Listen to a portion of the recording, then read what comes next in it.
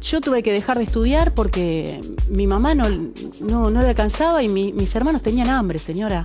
Claro, no hay nada, dice, no hay nada. A mí no, yo me la bancaba, pero mis hermanos tenían hambre. Entonces, ¿cómo nos puede tocar a cada uno de nosotros si nos pasa que tus hermanos tienen hambre o tus hijos? Es un contexto que naturalizan el hambre y la violencia. La Argentina tiene los índices de delitos cada 100.000 habitantes más bajos de toda América. No vivimos en el peor país del mundo todavía. 3,8, porque tampoco se dice eso y es muy importante. Bienvenidos, bienvenidas, bienvenides. Aquí estamos arrancando otro Contame en el canal de la Universidad Nacional de La Plata y siempre les proponemos tratar de indagar, analizar algunos de los temas que consideramos nos atraviesan y muchas veces no les prestamos la debida atención o la merecida atención. Y en este caso vamos a hablar de los proyectos que van y vienen respecto a la edad de imputabilidad de los menores que vemos, que nos cruzamos todos los días en la calle. Muchos de nosotros, yo creo que la mayoría, nos preguntamos si hay una familia, si hay un hogar, si hay a dónde ir. Y también nos preguntamos, bueno, ¿qué hace el Estado para darle una mano a, sobre todo, aquellos que están en una situación de extrema vulnerabilidad? Digo de extrema vulnerabilidad porque cuando son menores, además, se suma a que muchas veces hay maltrato, hay violencia en la calle, hay violencia en los barrios, hay carencias de todo tipo. Y para hablar de este tema y tratar de entender un poco qué es lo que pasa, porque muchas veces estos pibes que vemos en las calles después terminan en una cárcel. ¿Y cuál es el hilo conductor? La vulnerabilidad, la falta de recursos, no solamente materiales, sino también afectivos. Digo, hay una mamá, un abrazo, un plato de comida caliente, una cama calentita. Bueno, muchas veces tampoco. No está el Estado y tampoco hay una familia que contenga. Para hablar de este tema, para tratar de profundizar un poquito sobre este tema que nos parece es de interés para ustedes y para nosotros, vamos a recibir a Claudia Rodríguez. Ella es profe de Educación Física y se ha dedicado a trabajar con jóvenes, con adolescentes en contexto de encierro. También con adultos, muchos de ellos fueron jóvenes o adolescentes que atravesaron una situación de vulnerabilidad. ¿Cómo estás, Claudia? Bien, gracias por la invitación. No, gracias a vos para ayudarnos a tratar de entender primero qué podemos hacer todos, porque a veces el debate nos pasa por adelante, ¿no? Dicen, un pibito asesinó, un pibito robó, creemos que andamos por la calle y si nos cruzamos con un pibe que nos parece sospechoso, le tenemos miedo. Digo, ¿hasta dónde hay construcción de ese peligro y hasta dónde ese peligro es real? Mira, para responderte está bueno que hablemos de dato concreto, más allá de lo que yo piense, lo que crea o lo que vos pienses o lo que piense la persona que nos está escuchando. Hay datos concretos que nos pueden llevar a una respuesta más acertada. De todos los delitos que hay en la Argentina, el 2,2% del 100, el 2,2% es el de menores de 18 años. Son delitos, homicidios cometidos por menores de 18 años. No, homicidios no, perdón, delitos. De toda índole. El proyecto de ley que se está tratando en comisión ahora, se habla de 16 a 18 ya son punibles, de bajar la edad a 13 querían ahora y ahora se está peleando para que sea hasta los 14. O sea, entrarían los de 14 y 15, a diferencia de ahora que desde los 16 ya son punibles, o sea, tienen penas. Si vamos a lo concreto, en esas edades, del 2,2 es menos del 1% de los delitos cometidos. Claro. O sea, estamos hablando y discutiendo sobre el 1% de los delitos que se cometen en nuestro país. Esto lo pueden googlear, no me tienen que creer a mí. Pueden googlearlo y comprobarlo. Hoy está la inteligencia artificial, se lo preguntás a Meta y también te lo dice. Sí, claro. O sea, uno fácilmente se puede informar. Ahora, Claudia, ¿hay una relación entre esto que decimos, esos chicos que están todo el día en la calle, que no hay una familia que contenga, no hay un Estado que contenga, y este mínimo porcentaje de menores que delinquen? La mayoría de los adolescentes que cometen delito, la gran mayoría, vienen de estratos sociales vulnerados en sus derechos. El Estado debe ser garantizar los derechos humanos a esos adolescentes desde que nacen. Claro. Y hay muchas falencias estatales. A diferencia de lo que quieren vendernos, que el Estado viene a destruir el Estado, que es un topo y qué sé yo. Al revés, cuando hay problemas de adicciones en la familia o de violencia o de que no se saben comunicar o de alfabetización. Muchas veces se dice, esa familia no se hace responsable de ese pibe, y a veces no, o sea, no hay recursos para contener a ese pibe en esa familia. No hay recursos a veces materiales e intelectuales, claro. Porque si no tenés educación, no tenés herramientas culturales para sobrellevar la falta. Estamos hablando de chicos que nacieron en un contexto donde pasaron hambre, frío, donde capaz que en una cama de 2 plazas duermen 5. La promiscuidad es moneda corriente, pero no porque sean malos. Es lo que cuando una familia no tiene los derechos humanos garantizados, que no los fabricó ni Perón ni Eva, no es de un partido político. Los derechos humanos fueron declarados por la ONU en 1948 para todos los países del mundo, que los estados tienen que garantizar los derechos. Entonces, cuando una familia, un chico o una madre no tiene los derechos garantizados, como ser la comida, la educación, la vivienda y otras cuestiones, se sobrevive como se puede. Y en esa supervivencia, no se puede juzgar porque se les olvidó o porque no pudieron transmitir valores. Hay mucha gente que ni siquiera tiene DNI en esos estratos, pero no porque lo perdieron, sino porque no los pudieron ni siquiera tramitar. ¿Sabés que me contaban hace poco, alguien que trabaja en una comisaría, que muchos de los pibitos, las pibitas que están en la calle, que probablemente cometen un delito menor, porque arrancan con un hurto, ¿no? Robando alguna que otra cosa, y después eso va escalando también en la medida que... Y te agrego algo, no por picardía, por necesidad. Claro. Bueno, me decía que han detenido pibas que ni siquiera sabían decir su domicilio. O sea, saben llegar a su casa, como volver de memoria. Claro, de memoria. Y eso y tampoco lo saben escribir. Hoy las personas que están en contexto de encierro, en el caso de adultos, que es más grave todavía que decirte la estadística de menores de 18, de adultos, el 60% es el que sabe escribir hasta ahí. Claro. El 40% es analfabeto.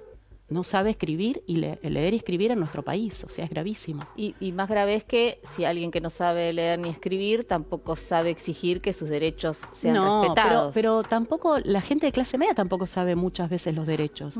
Porque si la gente de clase media supiera que el Estado debe garantizar los derechos, no aplaudiría cuando a un pibe de menos de 16, o sea, a los 13, 14, los quieren encerrar en una cárcel en vez de proveerle, garantizándole los derechos que no recibió. Siempre, Claudia, corriendo a las víctimas, ¿no? Porque, bueno, ha habido un caso hace poco tiempo acá en La Plata muy grave, de menores involucrados. Que también la violencia está vinculada, ¿no?, con esa vulneración de derechos. Porque la incomunicación... ¿Por qué son violentos, pregunto a veces, además de la droga? Porque no saben expresarse y comunicarse, y cuando alguien no sabe comunicarse, se expresa con el cuerpo. De ahí viene la violencia en esos contextos. Y también las adicciones, que están en todos los estratos sociales. Las adicciones necesitamos urgente que haya más institutos de salud mental para tratar esas adicciones a todas las edades, pero eso lo hace el Estado, no lo hace ningún privado, porque no gana plata poniendo un instituto de salud mental, una empresa privada con gente vulnerable que no puede pagar la cuota. Eso lo debe hacer el Estado. Y el Estado se está corriendo, digo, vos lo que ves... A nivel nacional, no solo que se corre, sino que lo dice a flor de... O sea, lo dice como algo bueno. Sí. Cuando tenemos que entender que tiene que tener una connotación negativa, no positiva, el hecho de que se corra. Ahora, ¿por qué los menores? Digo, ¿por qué esta estigmatización? Porque pasa también, digo, lo que te decía al principio, este miedo que uno tiene, ¿no? El prejuicio respecto a un menor en la calle, digo, ¿tiene que ver con una construcción que hacen los medios? ¿Tienen que ver con el rédito político que sacan algunos sectores? Es vendehumo, es que eso garpa, eso les vende, eso hace que ganen votos. Pero, repito, culpar a alguien de lo que nos pasa, ¿no? Claro, pero aparte encerrándolos. Y si los pueden matar, mejor, cárcel o bala. Claro. Nos está diciendo un precandidato a gobernador.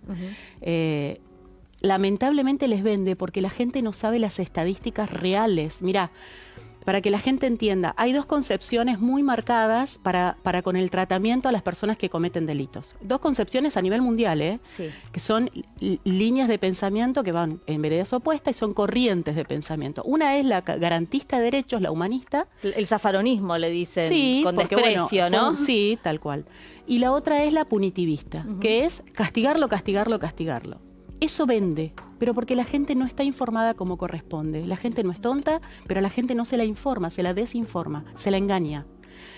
A nivel mundial, acá bajaron los índices de reincidencia en el delito en personas en contexto de encierro desde el 48 al 55, cuando estuvo Pettinato a cargo de la policía, el Servicio Penitenciario Federal, con el presidente era Perón, y en el 55 él expone en la ONU cómo habían logrado bajar la reincidencia, que era garantizando derechos humanos. Claro. Estaba hablando del 48 al 55. Después en el 55 tuvimos el golpe de Estado.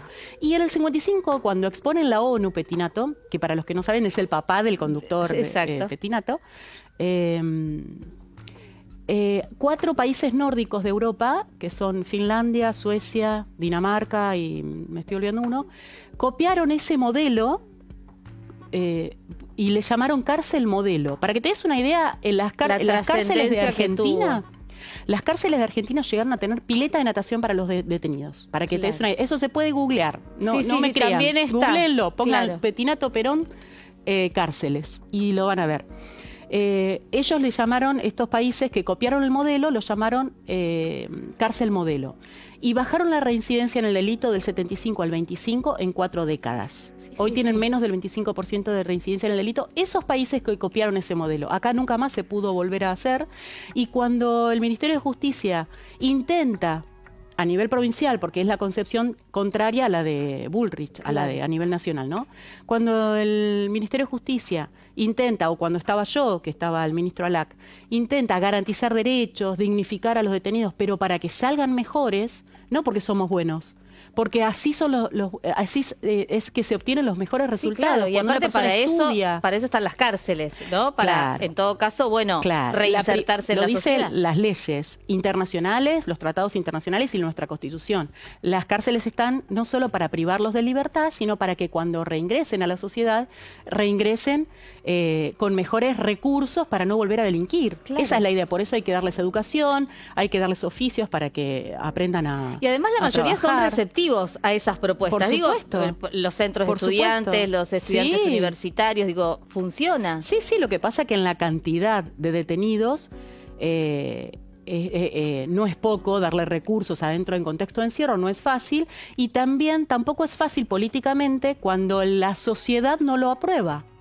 Porque políticamente el político que está a cargo quiere no solo que no reincidan, sino que también obtener votos en la próxima elección. A mí, Claudia, me descoloca. Sigo insistiendo en sacar los casos más graves. Sí, no, pero aparte, porque no son la media, pero no son la medida. No se analiza una estadística con un caso. En los casos todos duelen. Claro, lógico. Pero las personas que delinquen no dejan de ser personas que cometen un delito. Y con un pasado, yo me pregunto, ¿en qué momento la sociedad pide castigo y no reeducación, oportunidades? Estoy hablando de pibes de 14, 15, 16, 17 años. La gente cree que detenían, metiendo preso a la gente, nos erradicamos el problema. Y no, es meter la mugre abajo de la alfombra. Claro, porque ese detenido tarde o temprano va a salir, pero no porque hay algo, sino porque la ley lo dice. Algunos salen a los 5, a los 10, a los 15, hasta Barrera salió que mató a 4. Exacto. ¿Está bien? Sí. Entonces todos, si sabemos que todos vuelven a la sociedad, tratemos de que salgan mejores, porque si no, esa plata que se gastó en esa persona es para universalizarlo en el delito y que salga peor. Es lo que nos pasa hace 200 años en los adultos. Ya que hablábamos de minoridad, te cuento que en el caso de menores de 18 años, esto no pasó. Se puede lograr un tratamiento especial de tal forma que el trato es más humanista en nuestro país. Y desde el 2005, que se creó la Ley de Protección de Derechos del Niño, acá en la Argentina, hasta el 20, que es la medición que tenemos, bajaron un 30% las causas a menores de 18 años. Entonces, contrario a los adultos, que es lo que yo te digo que cuesta más ese enfoque humanista, garantista de derechos, los adultos desde el 90, en 30 años del 90 al 2020, quintuplicaron los delitos. Se quintuplicaron. Y en la gran proporción de los que están detenidos entraron por tercera y cuarta vez a estar detenidos. O sea, reincidieron el delito 3 y 4 veces. Y hasta que muchos mueren. ¿Cuánto hay también de contextos de hijos Claro, porque de padres que estuvieron presos, claro, que entraron y salieron. Son generaciones. Claro. Porque, y aparte es lo que ven desde el chiquito, desde que tienen uso de razón, ante las necesidades, ¿cómo se sale de eso? Una vez un pibe me dijo en una cárcel, yo les daba una charla en cada pabellón, y una vez uno me dijo algo que me quedó grabado. Me dijo, señora, yo hacía todo bien de chiquito, ¿eh? Yo hacía todo bien y tenía hambre, tenía frío. Claro. Mi tío violó a mi hermana. Yo hacía todo bien, ¿eh? Sí. Hasta que... ¿Cuánto más iba a esperar? ¿Y sabe qué? Me gustó una chica, no aguanté más. Mirá vos lo que hizo el clic. Y me quería cortar el pelo y no tenía plata. Claro. Y me quería abrigar y tuve que robar para tener una campera y que me corten el pelo. Pero, ¿entendés que él hacía todo bien? Claro. Crecen y se crían y hasta que llegan a la adolescencia llenos de sufrimiento haciendo todo bien. Exacto. ¿Cómo crees que uno va? Yo no estoy justificando, estoy explicando cómo reaccionaríamos cualquiera de nosotros. Otro me dijo, yo tuve que dejar de estudiar porque mi mamá no le alcanzaba y mis hermanos tenían hambre, señora. Claro, no hay nada, dice, no hay nada. A mí yo me la bancaba, pero mis hermanos tenían hambre. Entonces, ¿cómo nos puede tocar a cada uno de nosotros si nos pasa que tus hermanos tienen hambre o tus hijos? ¿Cómo reaccionamos? Además eso es cotidiano en esas vidas, ¿no? Claro, sí, pero no deja de doler. Por más, aparte no deja de doler y no hay luz al final del camino. Claro, no hay esperanzas, no claro. no hay vísperas de modificación alguna para mejora. O sea, porque vos en tu contexto, y tu tío está preso, al vecino lo mató la policía. Es un contexto que naturalizan el hambre y la violencia. ¿Crees también estos proyectos son una intención de esconder la mugre abajo de la alfombra? Claro. En el sentido de no vamos a garantizar los derechos de vivienda, salud, educación, entonces bueno, si cometen delito adentro. Claro, ni siquiera te dicen no vamos a garantizar derecho porque si no estarían evidenciando que ellos deberían garantizar claro. derecho. Ellos te dicen ellos son el problema, cuando en realidad el responsable es el Estado de no garantizar los derechos desde que nacen. Ahora, también nos pasa, corriendo a las gestiones y a la política, digo, la gente común, todos nosotros. Digo, hay algo como de falta de empatía, que no sé si es esta época que nos está pasando, si ya había, si vos lo venís notando. Digo, esto de no entender lo que decíamos al principio, no es que se hagan cargo los padres, se escucha muchas veces esto. Bueno, ¿dónde están los padres?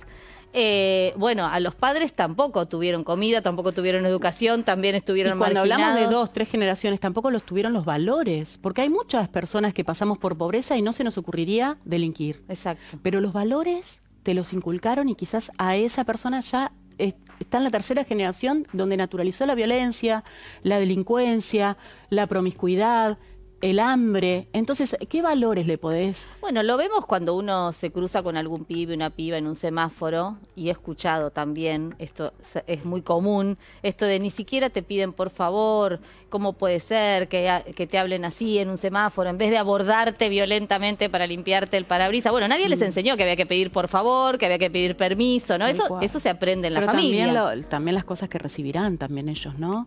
Cuando uno el no desprecio, baja ¿no? Y tampoco se puede culpar a alguien que no baja la ventanilla porque también tenemos miedo. Claro. O sea, esto y que el decías de la empatía, que muchas veces también, ¿no? De todos, del laburante. Sí, pero vos fíjate cómo se solidariza la gente ante una inundación. ¿Vos te diste cuenta?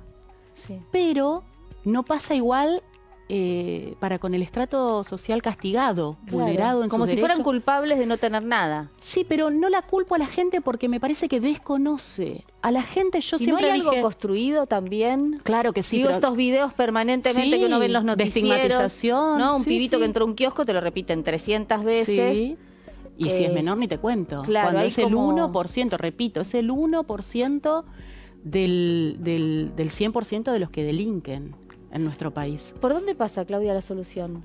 ¿O por dónde podemos empezar? Porque veamos las estadísticas. Se baja la reincidencia en el delito. Mira, todos los que estamos de un lado y del otro queremos seguridad social. Entonces, si sabemos, si googleamos y vemos que el Estado tiene que garantizar los derechos, no los garantiza y se jacta de que está perfecto que no los garantice. Y por otro lado vemos que garantizando los derechos se logra que no reincidan en el delito. ¿por qué no? ¿Por qué después de 200 años cometemos el mismo error punitivista de castigarlo? La privación de la libertad tiene dos... hoy te lo dije. Bueno, entonces vayamos con eso. Vamos a encerrarlos, pero privémoslo de la libertad como dice la ley. Y durante no el plazo de todo que lo corresponde, demás. claro. Porque se supone que cuando está detenido, viste que es como una vez, me acuerdo... El problema, Claudia, es que le faltaba todo antes de estar detenido ya. Claro, hay muchos que te dicen, yo acá estoy mejor. Y no saben lo mal que se está en la cárcel. Claro. O sea, miren lo mal que estaba y en base a eso te preguntás, ¿y por eso capaz que no les importa tanto volver? ¿Reincidir? Claro. Sí, cuando salen es peor. Sí, la calle seguramente es más dura. Claro, esa calle, esos lugares donde ellos están. Entonces, ¿por qué no garantizamos derecho, que es lo que nos dice el mundo que hay que hacer con los ciudadanos? El Estado debe garantizar, aparte los impuestos que pagamos son para eso. Sí, claro. ¿A dónde están? Claudia, ¿te parece que este es un momento político muy complejo además, ¿no? En este tema en particular, porque bueno, estamos hablando de un presidente que, yo insisto cada vez que tengo oportunidad, que dice que la justicia social es una aberración. Entonces, ese concepto que tiene el presidente aplica a todo, también aplica a los menores, también aplica a la cárcel. Sí. ¿Sabe la gente qué es justicia social? Claro. Es igualdad de oportunidades. Es que el que nació sin comida, que se le provea comida o trabajo. El Estado debe garantizar el trabajo también. Si no lo puede hacer, bueno, que se le garantice la comida y el techo. Bueno, después están los que te dicen, no hay que darle la comida, hay que enseñarle a pescar. Las dos cosas. Bueno, pero mientras tanto se come. Y sí, claro. Claro que hay que enseñarle a pescar, pero mientras tanto hay que darle de comer. ¿Estamos en una emergencia? Conceptual. Están tratando de deshumanizar a la gente. Es gravísimo. Es peor que la política. Es humanista. La concepción que están tratando es humanista o deshumanizar. Humanizar o deshumanizar. Es gravísimo. Porque están incentivando todo el tiempo a que no nos importe el otro. Y el otro es parte de la sociedad. El tejido social mejora o empeora según cada ciudadano. Y la empatía que tengo por el ciudadano que la está pasando mal. Tenemos que abrir los ojos y prestarle atención a esas cosas que son estructurales. Es mucho más, no es radical o peronista. Es muy difícil después dar la vuelta, ¿no? Cuando se pasan ciertos límites. Nunca pasó, por ejemplo. Nunca pasó, pero lo que están tratando de hacer es estructural. Es humanizar o deshumanizar. Es mucho más grave que radicales o peronistas o derecha o izquierda. Es humanizar o deshumanizar. Es gravísimo. Ojalá que la gente... o haya más medios de comunicación que le den importancia a este tema, porque también está como un poco mal visto de que poner a alguien, así que les agradezco la invitación, poner a alguien que hable bien, porque la gente a simple vista, si no presta atención, cree que se habla bien de los delincuentes. No, para nada. Se trata de que el que delinquió en el futuro no vuelva a delinquir. De eso se trata, porque la pena de muerte no dio buenos resultados en ninguna ciudad del mundo. Entonces, olvidémonos de la pena de muerte. Claudia, te agradezco muchísimo. Bueno, te agradezco puedo muchísimo. Sí, agregar decime. algo más nada más. Claro. La Argentina tiene los índices de delitos cada 100.000 habitantes más bajos de toda América. No vivimos en el peor país del mundo todavía. 3,8, porque tampoco se dice eso y es muy importante. No hablo de Sudamérica, hablo de América. O sea, comparado con Estados Unidos también, tenemos mucho menos delitos cada 100.000 habitantes, 3,8. Y la provincia de Buenos Aires está más o menos en esos valores. Gracias, Claudia. No, por favor, gracias a ustedes. Ahí estábamos hablando con Claudia, le agradecemos muchísimo. Y la última reflexión, como siempre, el enojo no nos lleva a ninguna parte, el tratar de correr el problema de escena tampoco. Tenemos un problema social grave. ¿Hace muchos años? Sí, hace muchos años, pero también es cierto que ahora se quitó toda la ayuda que había, la tarjeta alimentar, la asignación universal por hijo, el plan Progresar para los estudiantes de bajos recursos, y podemos contar tantos otros programas que, bueno, servían de salvavidas, de una mano para aquellos que están, insisto, en una situación de extrema vulnerabilidad. Muchas veces no hay un papá, una mamá, un plato caliente, una cama calentita, no hay una casa, no hay contención. Y ahí es necesario que esté el Estado, no hay otra alternativa. Y miramos para otro lado y nos enojamos y les tenemos miedo a los pibes que están en la esquina, pero siguen estando ahí y siguen siendo víctimas de un sistema que claramente está más vinculado con la desigualdad que con pibes que nacen para muchos nacen cometiendo delitos. Nadie nace de delincuente. Sí es cierto que necesitamos que esos pibes que están a la deriva de todo, bueno, tengan algo de contención. E insisto, ahí está el Estado para dar contención. Y todos y todas nosotros que, bueno, muchas veces también estamos con esta matriz estigmatizante que nos llega desde los medios de comunicación, y lo peor ahora, no solamente nos llega a través de los medios de comunicación y las redes, sino que también nos llega desde el Estado Nacional, esa misma estigmatización. Queremos que nos vean a través de nuestro canal de YouTube y claro que también opinen, bueno, si les interesó el tema, si quieren algún otro tema para discutir, para debatir, para charlar acá en Contame en el canal de la Universidad Nacional de La Plata. Nuestro canal de YouTube a disposición y nosotros a disposición de ustedes, siempre acá en la Universidad Nacional de La Plata. Los vamos a estar esperando acá en Contame. Chau.